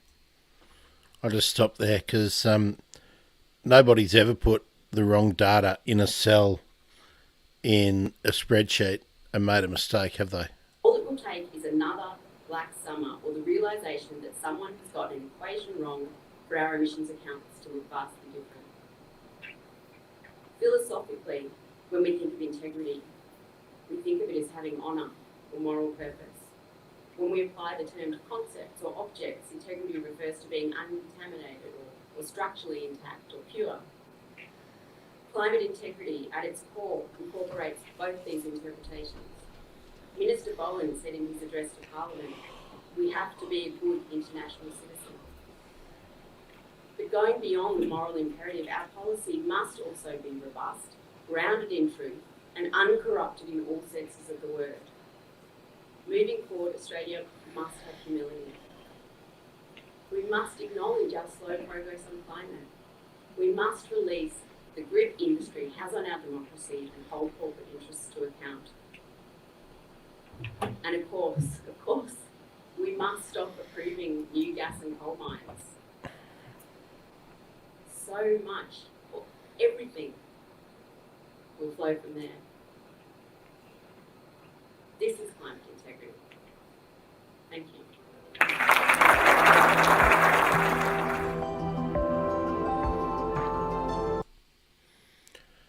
Ah, there we go. Well, let's just drop this one out. Yeah, so now let's have a look at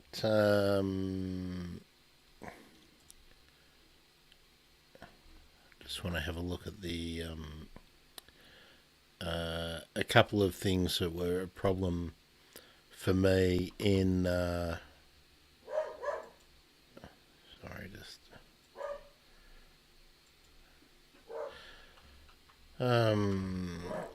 that I saw on Twitter. This is one from This is from today. Where are we? In bookmarks. Here are my bookmarks on Twitter.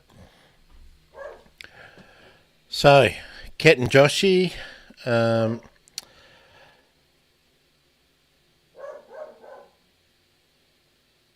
This was from his appearance on Offsiders.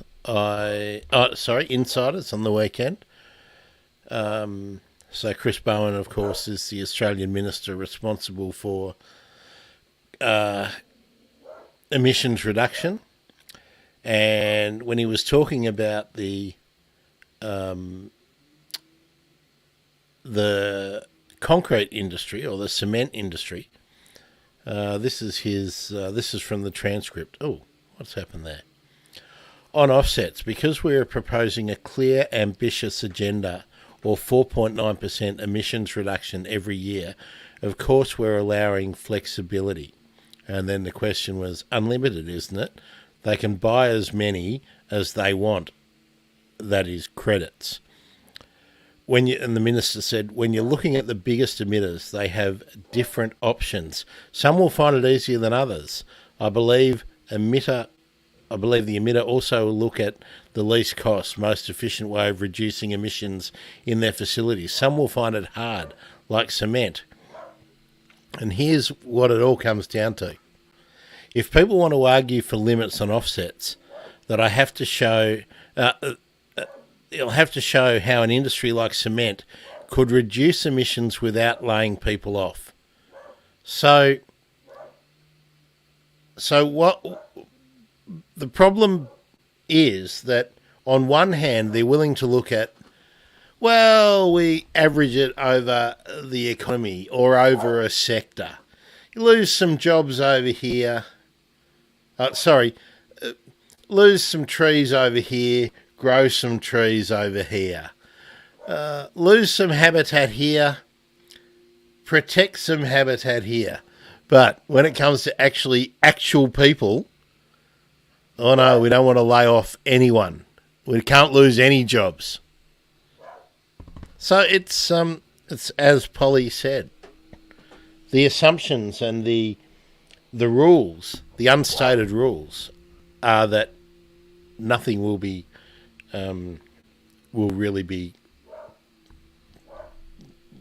consistent and will have integrity.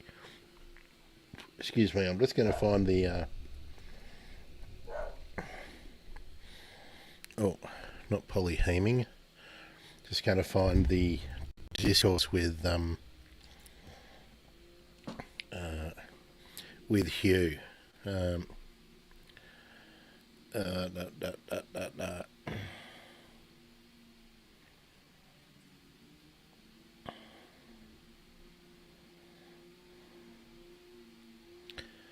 Where are we? Just bear with me while I find it.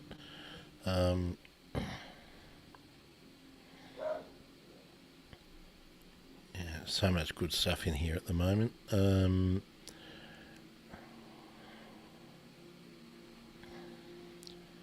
So here's one from just the other day.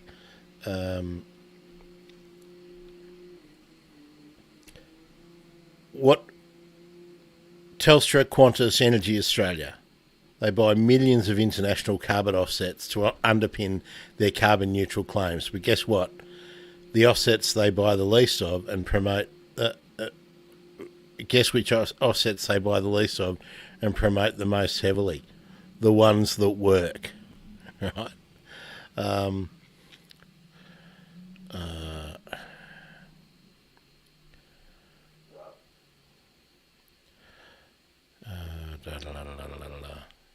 can't wait to get Polly on the show. I'm not seeing the stuff with Hugh yet. Where are we? Gaslighting and greenwashing. So this was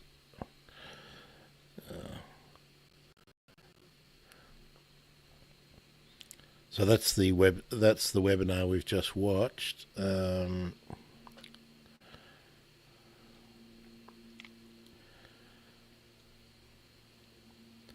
Actually, I didn't see this.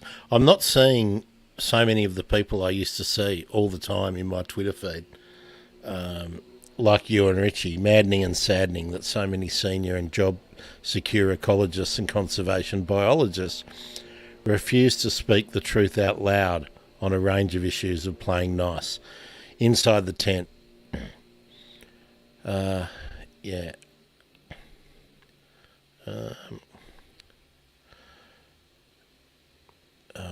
Carbon Market Institute.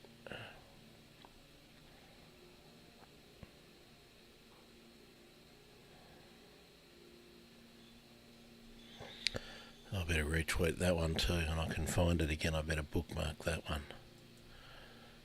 Good. And I can't find the... I'll just keep going for a few minutes before we wrap up.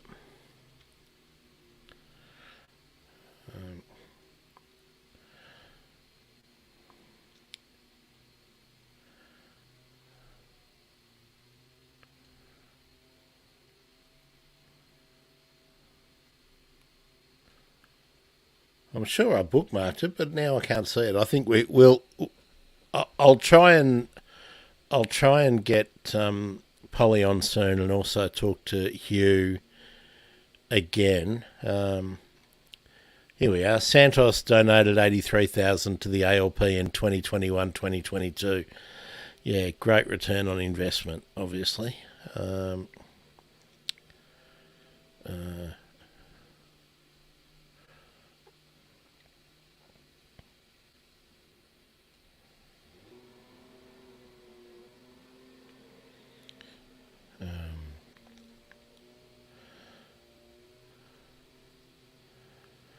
Megan Evans. Megan's really good if you want to find someone. Meg C. Evans on Twitter. Yeah,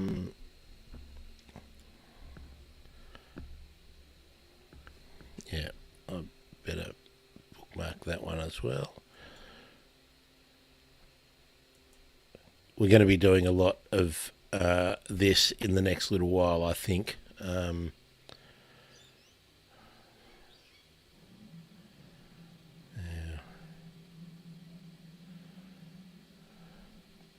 Is this the thread?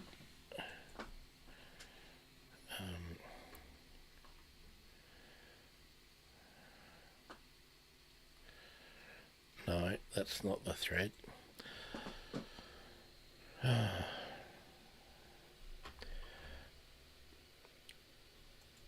Do I have an email, Stormy? Yes, I do. You might be surprised to know that it's grant@thebirdemergency.com. And also for Dawn Choruses, dawnchorus@thebirdemergency.com. So yeah, and look, speaking of emails, always happy if you would like to send me anything you want me to check out or any projects, because I mean, we just can't see everything. There's just no way.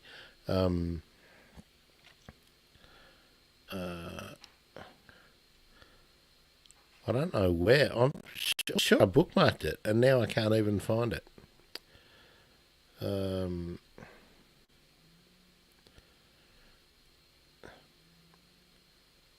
Oh, here we go. We'll watch this. From Juice Media on the safety mechanism. Introducing the Safeguard Mechanism. After a wasted decade under the last government, we know you elected us to take real climate action.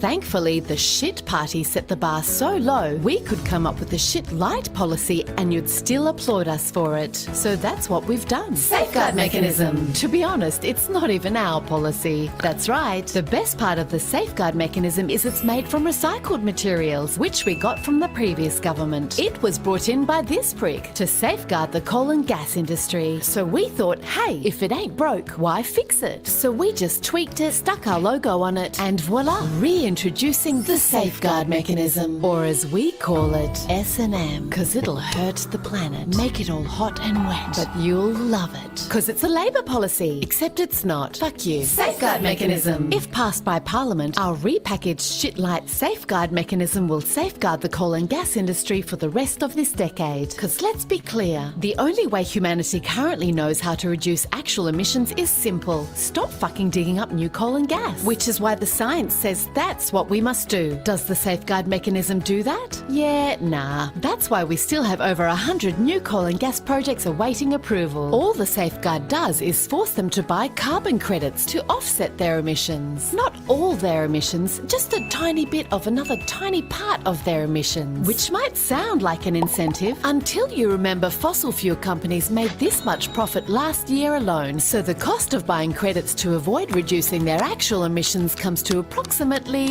fuck all. Does the Safeguard at least limit how many credits they can buy? No, which means our mates can even increase emissions, pay to offset them with credits and still claim to be net zero. Given our climate policy relies entirely on carbon credits, it would be a real shame if those credits turned out to be bullshit. Thankfully, we just held an inquiry into their integrity, and who better to appoint to it than people linked to the carbon credit industry. But don't worry, the inquiry looked at all the evidence. Evidence from the ANU, evidence the inquiry itself commissioned, even evidence from companies that sell carbon credits, all of which suggests they're mostly bullshit, and then concluded they're essentially sound, cool and normal. By now you're probably wondering, if our policy to reach our 2030 target doesn't stop new coal and gas projects, doesn't reduce most emissions from existing ones, lets them buy infinite credits to offset emissions with credits that don't offset emissions, does it really do anything? Oh, sweetie. Sure it does. It distracts you with bullshit so our mates can keep making the ching-ching for the rest of this decade. Australian government. New government. Same climate shit fuckery. Authorised by the Department for ensuring our 2030 target is a floor, not a ceiling. Thank you. I do love Juice Media, I have to say.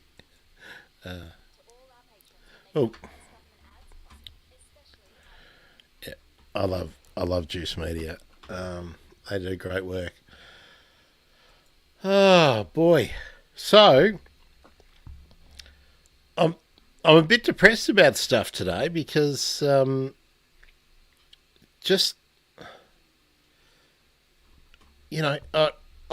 watched Insiders because Bowen was on, and I mean, he looks the part. He's smooth.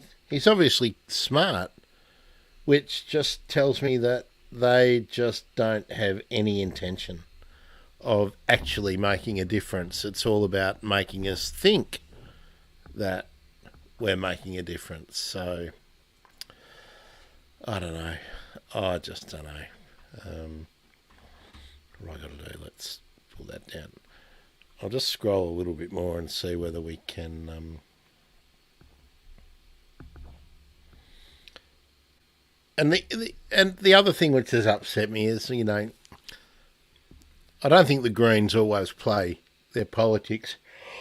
Play their politics well in Australia, but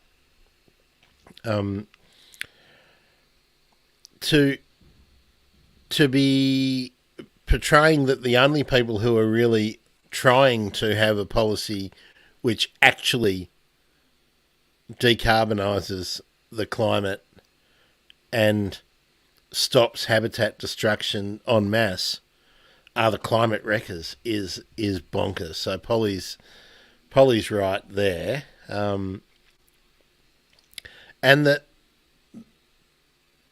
any number of academics, professors, that we will listen to professors when it comes to economics. But when it comes to someone like Don Driscoll saying land clearing is the biggest threat to biodiversity, people go, oh, yeah, but here, have an offset. So look, I've really got to get... and another thing, when you look in the Pacific Islands and New Guinea, Indonesia. A third of companies linked to deforestation have no policy to stop being deforestation agents because that's their business. Yeah, anyway. All right. I'm going to try and set up another one. Excuse me. Oh. Hopefully, excuse me, yeah, sorry about that. Within the next, maybe in the next week, I think Holly will be with me, so we'll probably be talking urban birds. Certainly something that's bird life adjacent. So maybe the week after I'll try and have Polly or maybe Kat and Joshy or somebody else join in and give us a bit more of, and we'll probably have a bit more information out there from the and I want to get someone in from international on one of the international projects that people buy credits from. Because the other problem I've got with this ethically is you can't have the industrialised world just saying to the rest of the world, here, you can't cut down any trees or you can't alter your environment because we refuse to make any changes here. We'll pay you to not develop. I don't think that's ethical. And the flow on will be, people will say, oh, but they can develop using renewable energy. Well, sure. But what will happen is that all of those companies, all of those developments will end up being either majority or very close to majority owned by the same businesses that are doing the destruction in the developed world. And if you don't think that that's what's going to happen, just have a look at who owns all the businesses in the developed world already. It's the government, it's the ruling family, and it's generally multinationals in some form of mix. Because all the money comes in from the multinationals. So they then... it's just another form of imperialism and economic colonialisation again. And that's why I always like to talk about the ethics of all this stuff, because I don't think we do enough of it. Anyway, that's... I think that's enough. Anyone got anything they would like to say? See, where have we got you coming in from? YouTube and Twitch. So Naomi's not with us at the moment. Okay, she must be having internet issues. I should have said too at the start. Now I was really lax on the Twitch people today. You know, some of those crap comments, I just won't put up with it. And you know, you're not welcome in this community with that kind of crap. So, yeah. Yeah. Ah, you are. Naomi is here. Fantastic. Well, that means that my little thing telling me where people are watching from is wrong. So, I'm glad you're here, Naomi. Anything you guys want to say or bring up to cover in sort of the next time we broach climate credits and offsets? It's a difficult thing to talk about in a short amount of time, because you've got the offsets about actual biodiversity, you've got the offsets aimed at reducing CO2, you've got offsets based on things like managing landfill. There's credits that can be earned for different farming methods, but they all get lumped in together, and I think we need to sort of separate them out, especially the percentages of what we're hoping people will do, and the changes that they will make using different strategies, different techniques, different methods. So there we are. Anything you want me to follow up? Or I'm guessing, Stormy, you're going to email me something at grant@thebirdemergency.com.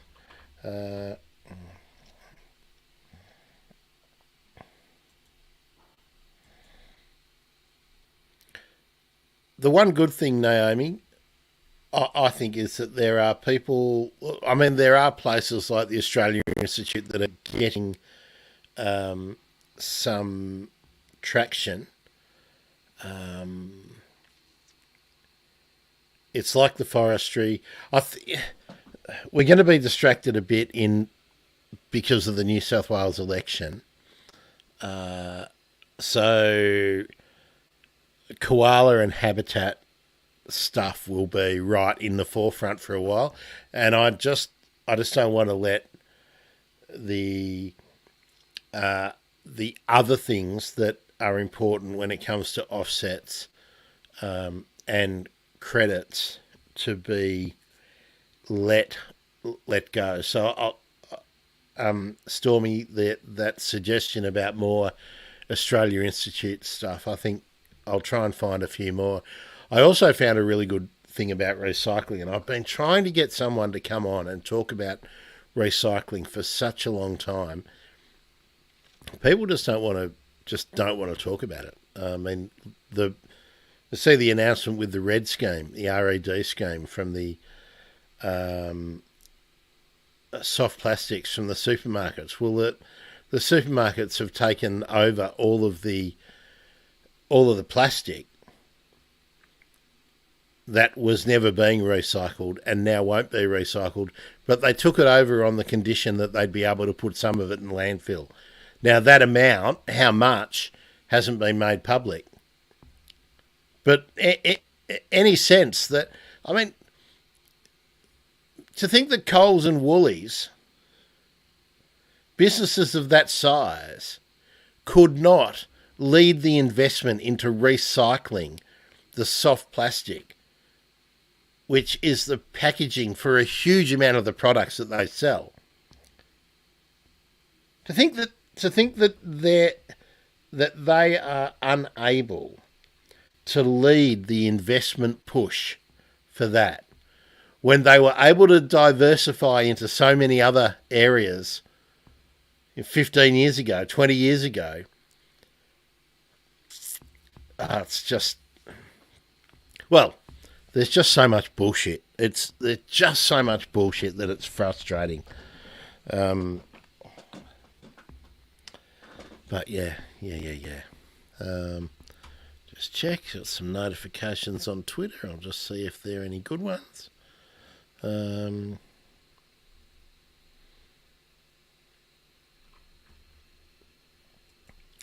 good. Some more people getting into First Seen and Heard this morning. I love the handle, Had a Gutful Dirty Lefty, or Platypus Admirer. I do like that one. Oh, another one. What's that? All right. Going. Any further things? Of course, you can, if you want to do a Dawn Chorus, that episode is coming up on the 15th of March. 1 o'clock, 15th of March, for the next Dawn Chorus episode. And I've been getting quite a few submissions, which will be great.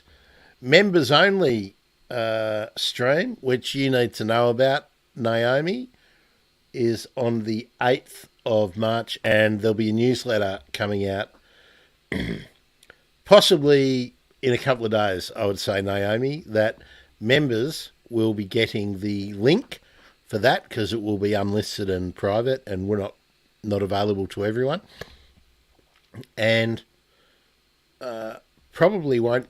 The replay won't be available to everyone, just on the link. But in that newsletter that I'm going to be sending out to members, there'll be a bit of a questionnaire about what's the preferred way for me to do it. There's a couple of options. So anyway, that's members stuff. If you want to be a member, best way at the moment, thebirdemergency.com/coffee. That's the best way at the moment. There'll be other ways opening up soon. You'll be able to become a member directly on the website soon, but that's a little bit down the line.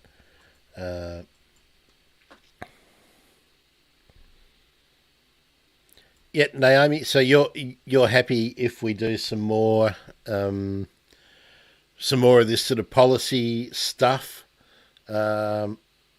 on the days when I'm not talking to bird nerds. I really want to keep pushing a lot of these people who have got really important things to say that just don't get coverage in the mainstream media. Not that I'm mainstream media, but that maybe some people will find it on YouTube or Facebook as well. So yeah, I found a really good thing on plastics that I will also play in the next little while. So I don't know why I'm tired on a Monday. Whoa. Anyway. All right. Any other suggestions? Any other comments before we wrap up? We wrap up Monday with me. Holly's back next week, so we'll be urban birding, and there's also Photography Friday next week with Will Wilson, who will be speaking to me from Rwanda. And not only is he a photographer, he also does some tour stuff and whatnot. So yeah, Photography Friday is starting to fill up for the next couple of months. So that will be a bit of a change. Feels like summer's kind of over now. So hopefully everyone's back to work and back from their holidays and start to be back from their field work. So hopefully we can get some of the regular people back in. Okay. Well, I think that's been enough of me for the day. Oh, we've ticked over 2.5 hours. So, well, no, we haven't. We're coming up to 2.5 hours. All right. Thanks, everyone. Again, remember, Twitch people, be nice. That's the basic rule. If you can't be nice, you'll earn yourself a ban, and that'll be that. Okay. See you, everyone.